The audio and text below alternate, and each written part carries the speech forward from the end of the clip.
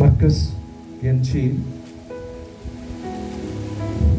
मुकद्दस मरकस रसूल की मार्फत लिखी गई यीशु मसीह की अंजील मुकद्दस उसका 8वां बाब और उसकी पहली आयत से हम तलावत करेंगे। कलाम मुकद्दस में यूं मरकूम है, उन दिनों में जब फिर बड़ी भीड़ जमा हुई और उनके पास कुछ खाने को ना था, तो उसने अपने शागिर्दों को पास बुलाकर उनसे कहा, मुझे इस भीड़ पर तरस आती है, क्योंकि ये 3 दिन से बराबर मेरे साथ रही है और इनके पास कुछ खाने को नहीं। अगर मैं इनको भूखा घर को रुखसत करूं तो राह में थक कर रह जाएंगे और बास इनमें से दूर के हैं। उसके शागिर्दों ने उसे जवाब दिया कि इस बियाबान में कहां से कोई इतनी रोटियां लाए कि इनको सैर कर सके। उसने उनसे पूछा, तुम्हारे पास कितनी रोटियां हैं? उन्होंने कहा, 7।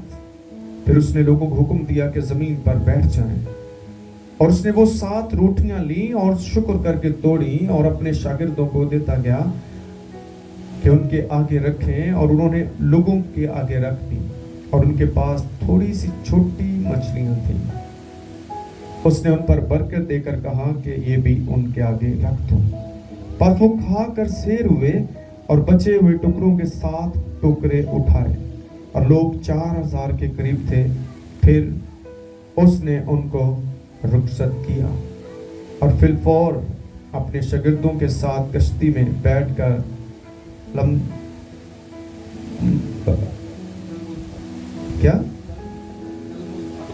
दलमुंता के इलाका में गया। कलाम मुकद्दस के पढ़े सुने जाने से हम सबों पर खुदा की बरकत हो, आमीन। मेरे अजीजों, आज हमें देखना है कि हम किसके साथ चल रहे हैं। फैसला हमें करना है। ये भीड़ जो है किसके साथ चल रही है? ये यीशु के साथ चल रहे थे, और यीशु के साथ जो चल रहा होता है उसको सारा पता होता है। वो उसकी नजर उन पर होती है, वो उनकी फिक्र कर रहा होता है। और मैं जब इसको पढ़ रहा था तो मुझे बड़ा अच्छा लग रहा था, खुदा क्या कह रहा है इस आयत में। आप कहां से खुदा के साथ चले उसको ये भी पता है। उसने कहा, बहुत सारे कहां से आए? दूर से आए। और कितने दिन से मेरे साथ हैं? 3 दिन से। आमीन। आप कितने सालों से खुदा के साथ चल रहे हैं? कितने महीनों से चल रहे हैं? कितने दिनों से चले? खुदा को पता है। आमीन। तो जब उसे पता है तो फिर वो आपकी जरूरतों को भी पूरा करेगा। अब 3 दिन के बाद उनके पास जो खाना था वो सब खत्म हो चुका था, और इसका इल्म किसी को नहीं था सिवाय यीशु के।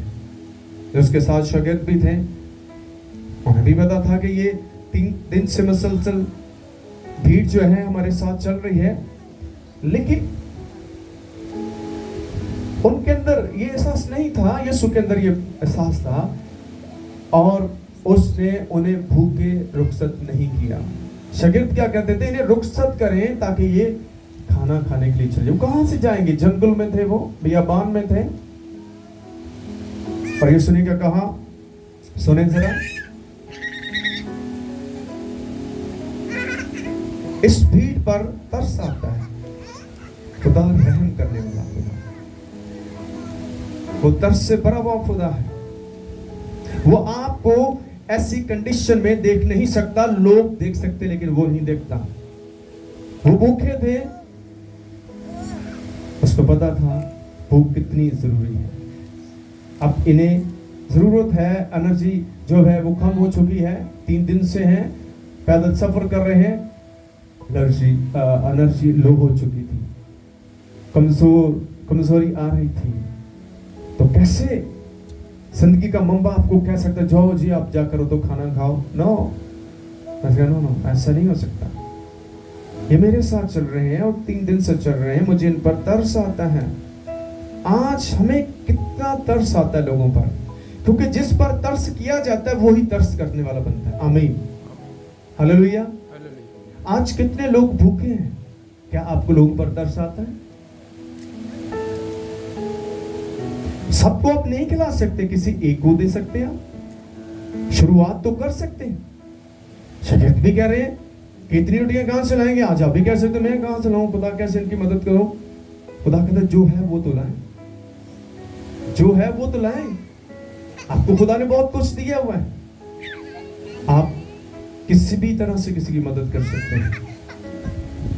आपके पास कुछ नहीं है, माली वसाइल नहीं है, लेकिन आप खुदा से राब्ता करके लोगों की मदद करवा सकते हैं। आमीन, हालेलुया। पतरस और यूहन्ना ने कहा हमारे पास सोना और चांदी तो है नहीं, लेकिन जो कुछ है वो हम तुम्हें दे देते हैं कि यीशु मसीह के नाम से उठ और चल फिर। आमीन। आप ये तो कह सकते हैं, कोई शख्स आपके पास है, पैसे मांग रहे हैं कि मेरा बिल पे करने वाला है, मेरे बच्चों की फीस पे करने वाली है, आप अगर दीजिए मेरे को भी कुछ नहीं है, मैं तो आप खाली। नो, आप ऐसा ना कहें कि मैं दुआ करूंगा, खुदा आपके बच्चों की फीस पे करेगा, खुदा आपके बिल पे करेगा, क्योंकि मेरा खुदा ऐसा कर सकता है। मैं नहीं कर सकता, लेकिन खुदा कर सकता है। ये कैसे पॉसिबल होता है? जब खुदा की हुजूरी आपके अंदर होती है। फिर आप ये नहीं कहते मेरे पास नहीं है, आप भी रसूलों की तरह कहेंगे जो कुछ हमारे पास है वो हम तुम्हें दिए देते हैं। हालेलुया। तो क्या दिया था उन्होंने? एक ऐसे शख्स को शफा दी जो सालों से भीख मांगने वाला है, माजूर है, कोई उसकी मदद नहीं कर रहा। आज कितने लोग ऐसे जिनको मदद की जरूरत है, उनके पास कोई पैसा नहीं था, लेकिन उनके पास यीशु था। आमीन। आपके पास क्या यीशु नहीं है? आप यीशु से कहें खुदावंद इस खानदान को ब्लेस कीजिएगा, मेरे भाई को ब्लेस करें। हम लोगों को उसी कंडीशन में देखना चाहते हैं, लेकिन यीशु ऐसी कंडीशन में आपको नहीं देखेगा। वो बहाल करने वालों है। आमीन, हालेलुया। वो बहाली का खुदा है, वो सरफराजी का खुदा है। इसलिए उसने अपने शागिर्दों को कहा अगर मैं इनको भूखा घर को रुखसत करूं तो राह में थक कर रह जाएंगे। क्या बात है! आपकी थकावट का भी उसे अंदाजा है। आप जब थके होते हैं तो खुदा आपको जोर देता है। ईसाई की किताब में क्या लिखा है? वो थके हुओं को अपना जोर देता है, कमजोरों को अपना जोर देता है, नातवानों की तमन्नाई को बढ़ाता है। आमीन। आप जब खुदा के साथ चलते हैं, वो आपको पावरफुल करता है, आपको फिजिकली भी पावर करता है।